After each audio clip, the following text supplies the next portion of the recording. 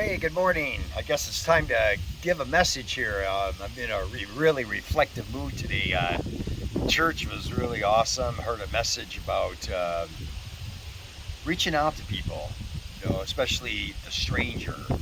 Uh, Pastor talked about that verse from Matthew 25 and how God has called us to reach out and to be there for people. And it's been getting me thinking, even before I went to church, about the image of God and the dignity of people and how we are the crown of creation. But I got to share this because a lot of neat things have happened this week. But when you think about the dignity of others and man being the crown of creation, this morning I was watching a squirrel out my bedroom window, and he was climbing up and down these tree limbs and went down one, went up another one. It was just interesting. He just seemed so carefree. And then he came down and was walking through the grass onto the next tree. And this tree is closer to our house. And he went up a branch and got higher and higher. And I heard him jump onto the roof and go walking away. And I'm thinking to myself, why is it at that exact moment I just felt like I wish I was a squirrel? I mean, maybe it was just the way they were climbing the trees. Maybe it's because they get to be outside all the time. Well, I mean, why would you wish that you were a squirrel? I mean, maybe for you, you wish you were a dog. I don't know, a cat, a horse. And the reason I was thinking that was because it's like, they don't have to go see a counselor. I don't think they struggle with anxiety.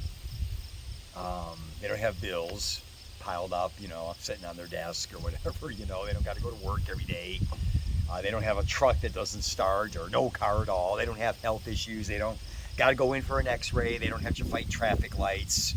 They don't have to be around just people can be so,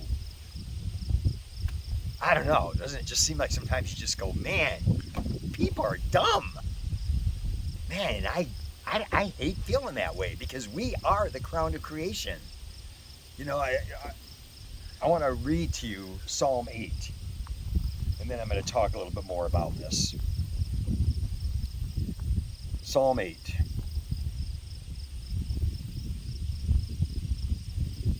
Lord, your name is so great and powerful.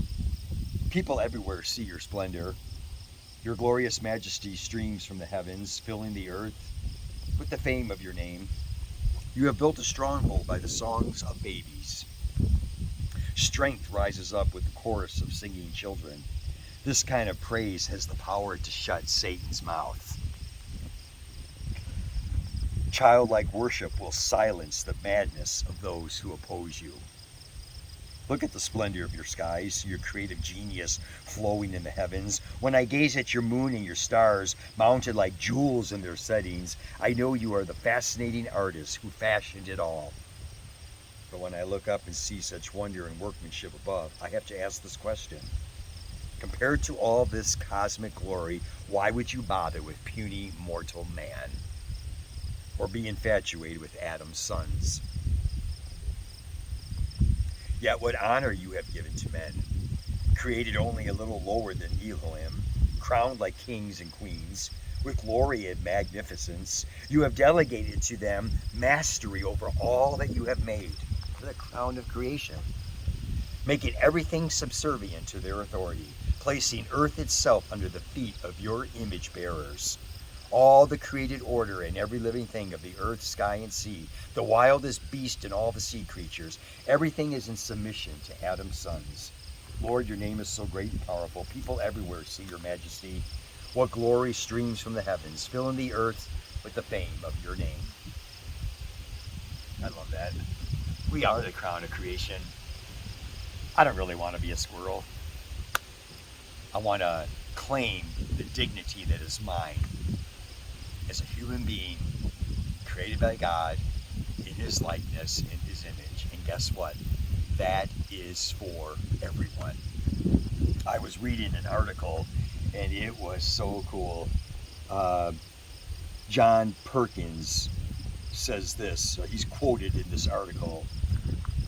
It's an article about being created in God's image and being his image bearers. And this guy quotes John Perkins, and he says, "You don't give people dignity, you affirm it." Don't you love that? I don't need you to give me my dignity. You don't need anybody to give you your dignity. You bear the image of Christ. Okay? You're created in God's image. Okay? You are his son and daughter. The Bible says he created us in his image. Male and female created he them. That's it. Male and female. You're one of those two. And he created you. And you're an image bearer. I love it. He says you don't give people dignity, you affirm it. Those who are materially poor, no less than those who are materially affluent, are image bearers and possessors of the dignity that extends to that status. I love that. We have a crown of creation. Why would I not want to be a squirrel? Because I'm a child of God. And he has promised to get me through all of these struggles that we face. He has said that the burdens are not worthy to be compared with the glory that will be revealed to us. We're his sons and daughters. When we believe in Jesus Christ, we know we have an eternal home in heaven. That is wonderful. We have a soul. Nothing else has a soul. We have a soul.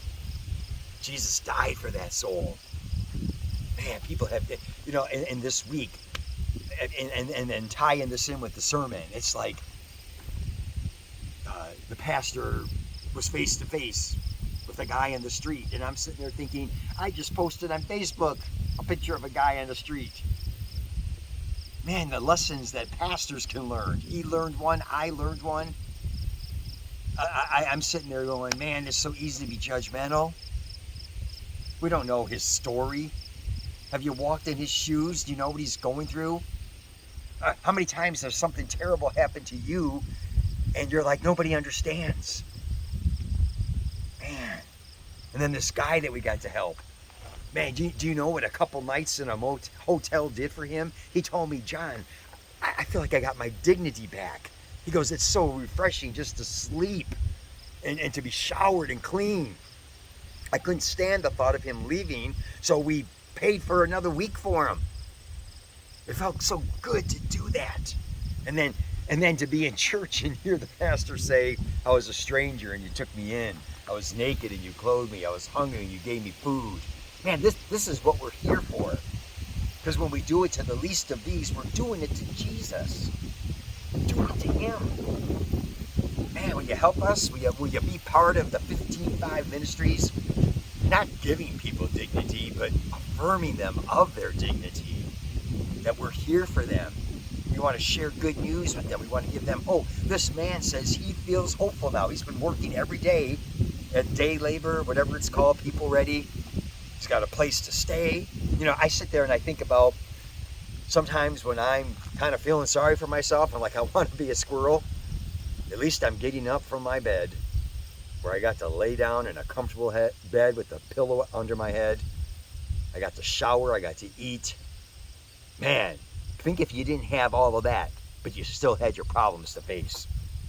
Stinky breath and no shower, and all you wish you could splash water on your face and you just get up from the ground and maybe you slept, your neck's all crinked up because you didn't have a pillow. I mean, the problems that you have can just be even more magnified then.